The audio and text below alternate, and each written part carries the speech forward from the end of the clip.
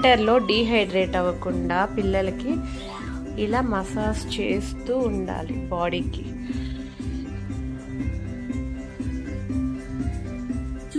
Knees, legs.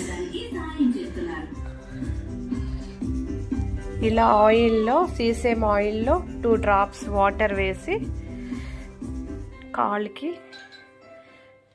Massage చేయాలి. ఎందుకంటే ఈ వింటర్ సీజన్లో పిల్లలు ఓవర్ హీట్ అయిపోద్ది బాడీ.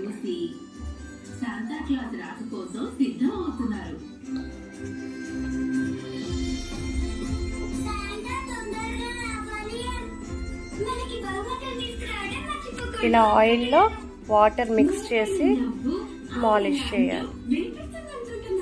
కోకోనట్ ఆయిల్ అయినా పర్వాలేదు, సీసేమ్ ఆయిల్ అయినా, అదే